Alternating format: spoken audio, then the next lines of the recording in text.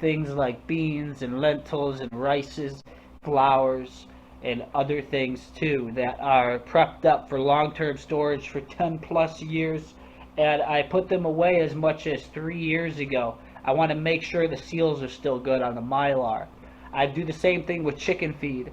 And when I fed some off just a little bit ago from the 5-gallon buckets, I noticed a couple of the seals were busted on the bags. That made me think, let's check all the preps and make sure they're good and still sealed up. And if not, address it and reseal them.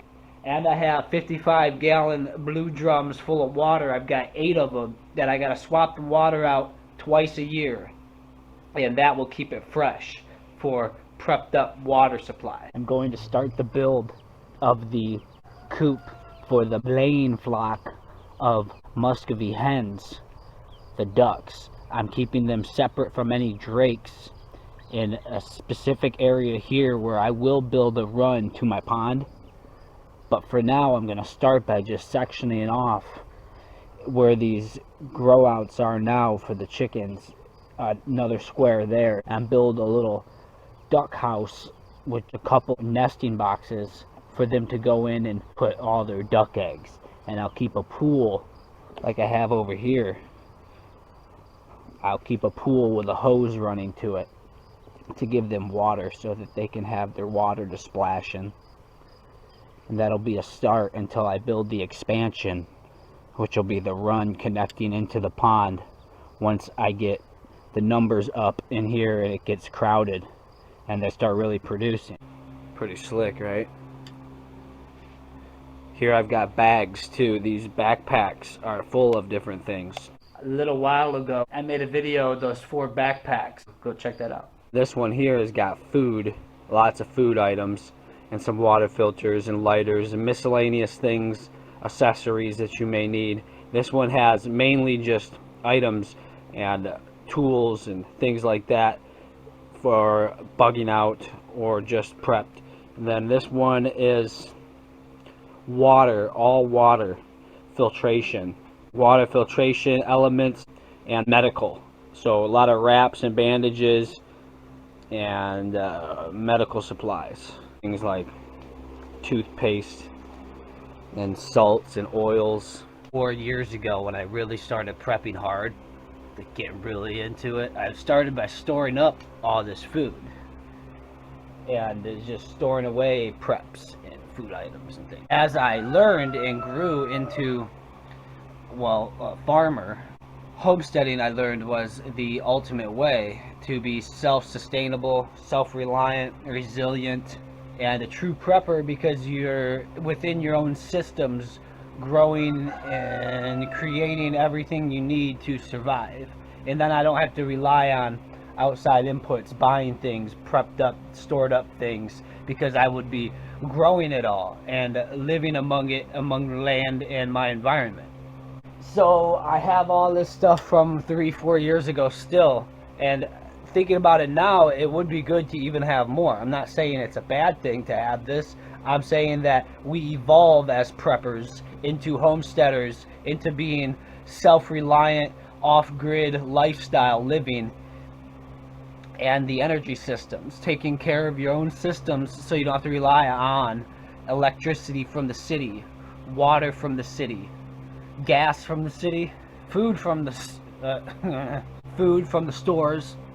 Your number one prep should be your health. Now, everything you do, design, and prepare should revolve around how to nourish your health, clean, organic, not poisoning yourself with the pesticides or the microplastics and or metals, heavy metals, and toxic exposure to chemicals in products. You need none of that. And then you can have longevity. You can heal every day instead of destroy yourself daily. That's a thing. That's a big thing. And that all revolves around your diet. So I have evolved into growing most all of my own food. Not completely yet, because there's things like flours and bulk things like rices and stuff like that, the honeys, the salts, and the peppers, and those things, I'm still buying certified organic for whatever that's worth. But it brings me back to the thought of, well, gardening. You have to homestead and grow your food, grow your animals, grow your plants, your produce, the fruits and the vegetables. Incorporate them in your lifestyle and learn the cycles in which these things grow. So saving the seeds like the potatoes and the garlic for planting out the next generation to go forward indefinitely, always, never have to buy it again. Seed save the rest of your life. And then every other type of seed that you're going to want to continue to grow. Save the seed, learn the cycles, save the seeds, and have them on deck. If you don't have your health, then, well, you're not going to make it very long. You're not going to be cognitive to function. You're not going to be physically fit to function in an extreme stress scenario. And it doesn't even have to be stressful. It could be a challenging trial instead of a stressful freak out and scarcity. You could be straight up abundance and leading the way, and that's a much better approach. That is the mindset that is going to carry us to lead our communities into the future once we have a major event take place. And everybody we know in our personal lives, for the most part, most of you think differently than the average as a prepper. Thinking ahead of the curve, being 10 steps ahead, and seeing what's coming down the line, that type of thing. And everyone in your life doesn't really understand, or they don't really see it. They've been poisoned and fluoridated and lobotomized through toxicity and brainwashed and conditioned through culture and school and all that stuff. So you have to be the one to understand. Understanding is going to be a big thing, and it is right now. Even understanding that most people just don't get it, and they're not going to until something happens, and then they're going to be caught off guard. And then how do we step in where we're already in position? We have to be ready mentally ahead of the curve with the plan of how we help the family, the neighbors, the friends stay on board and not die and perish and become regenerative themselves. Extra supplies, but more so the attitude to keep everybody's spirits up with the supplies, because, well, if things get truly scarce, people will go animal and turn on each other. So you don't want that. You want your core group to be united and spirits high. So that's a thought for that. And getting everybody to learn the ways, the skills, all the skills I've learned over the past few years of gardening and putting in the work. Get everybody else to learn these skills. Start teaching them, and having the closest ones to you kind of tail you and follow you around through the day and through the night to really see your routine is another way to start getting everybody on board once the lights go out. They got to stick close. You got to be a big close group. Whoever's doing the things, have everybody else tag along to learn and pick up on and acclimate to that lifestyle. Green split peas, oats, pinto beans, whole wheat and coconut flour, pinto beans, whole wheat flour, green split peas, yellow split peas, a bean soup mix. Seeing the date on one of these dated back 10/19/19. So that's about 3 years ago that I started putting these away. I have one of my most original videos is me prepping up in dry food in Mylar 5-gallon buckets. This is my thing. I'm gonna go ahead and do more. Probably this fall into winter, I'm gonna do a major food run on more preps here really soon. So that's going to stock up more supplies, and I'll likely stock up a lot more flour. Sealed up this way is amazing. I use a lot of flour, so I'm thinking I want to do a lot of flour now. Some flour here. And then coffee. So I got these bags, 2-pound, 8-ounce bags of organic Mayan blend coffee. I buy them by the 5-pack on Amazon. I've got a box here and a box there for like 90 bucks. And I'm going to stock up and keep stocking up on those. An original seal. Haven't checked this bucket yet, ever.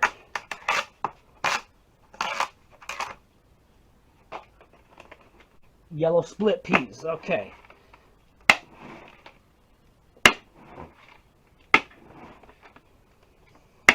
As the years go by, like cracking into these now, I have a totally different appreciation for how important, how valuable this really is. With putting in a lot of work now, building my little homestead here, and truly understanding over the past few years of everything that's gone on and is still to come, all the agendas in play and all the ones still to come, knowing what's set for the future, which is going to play out, the whole understanding of the value.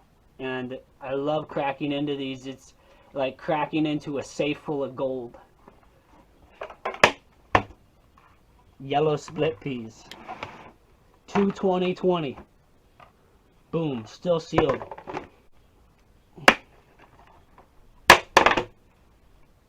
Pinto beans.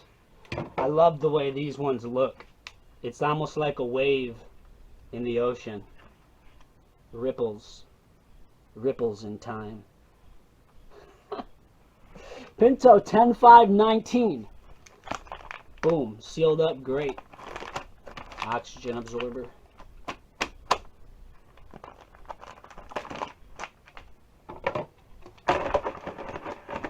Yeah, I want to double my supply. Then I'll build a community around it, around each bucket. Here are the tools for the job. This is the dowel rod. Don't ask me why it's called that, I don't know. This one came from a flagpole. It's wooden, nice and flat. You could probably use like a broken broomstick, and that would work good. Iron to make the seal on the bag. Vacuum sealer. This is a food saver Ziploc model vacuum sealer, and it's the hose that I'm using to suck the air out. So I would say a vacuum sealer with a hose that you can cut, because a lot of the hoses will have a piece on the end of them for the jar lid sealing attachment, and this is cut so that it will fit into the corner of the bag. Then I have the bags, 5-gallon Mylar bags, and 2,000 cc oxygen absorbers right over here. So I'll put one of those in each bag. These might actually be 1,000 cc, these ones here. So I'm gonna put 2 of them. I have a bunch of extra. You want 2,000 cc's in each 5-gallon Mylar bag. To give it the proper amount, I'm gonna go ahead and just use 2 in each one. You can't overdo it, but you can underdo it.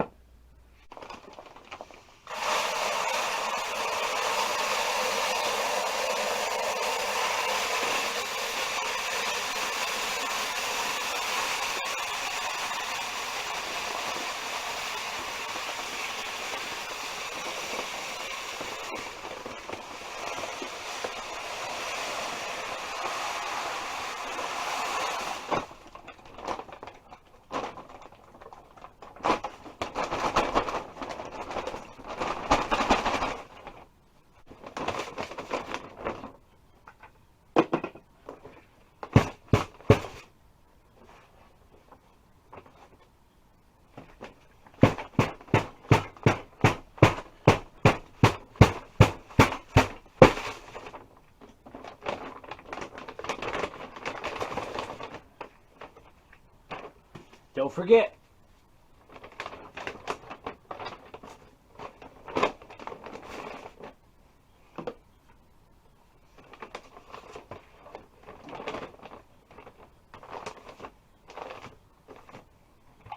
going just enough to leave a gap for the hose.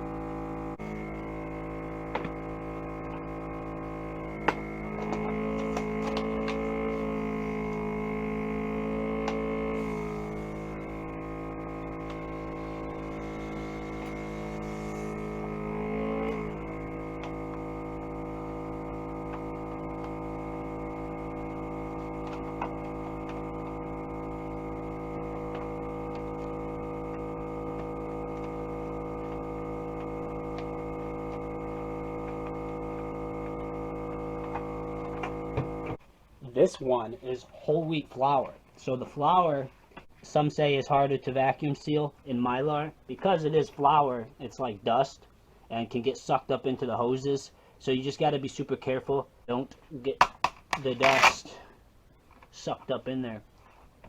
Out of all those buckets, only one of them had a broken seal. That's pretty good. About a year ago, when I had chickens in my basement in an aviary that I built. Now that was hidden, and I did that because I had an ordinance issue.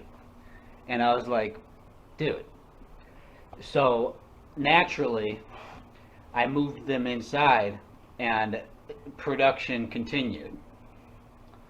Now I'm thinking outside, dugouts, underground chambers, devising ways. You got a greenhouse, I got a pit that I'm making. It's like half underground.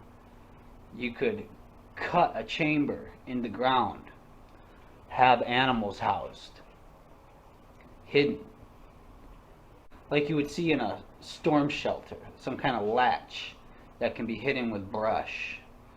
Keep the animals hidden, but also in abundance and in production. I can feel it, truly. At some stage during SHTF, there's going to be a period where we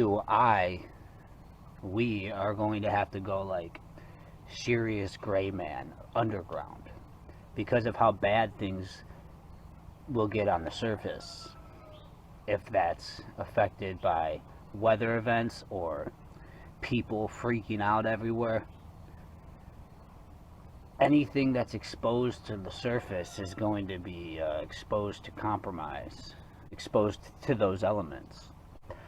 I've been thinking how to hide the animals, how to hide the operations, how to hide myself and just go real gray man without hinting to people of what I got.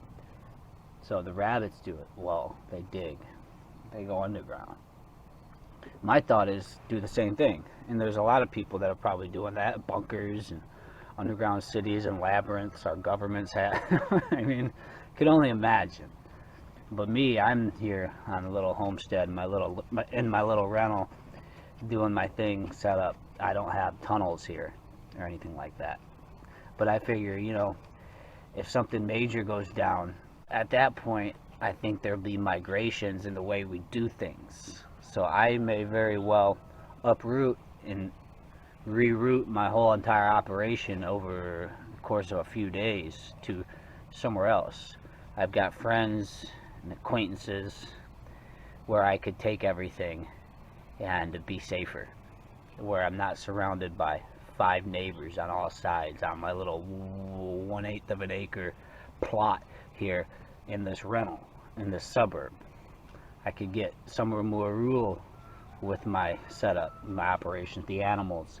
So important, all that goes into raising animals and their lives, and how much it means, how important it is. The animals here, the plants, but the plants can come back year after year. So they're living and they're important, but the animals are the most important. That's true sustenance for me and keeping them alive.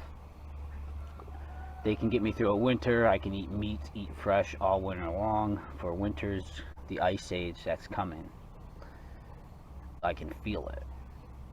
I can feel it all coming, almost like I've done this before.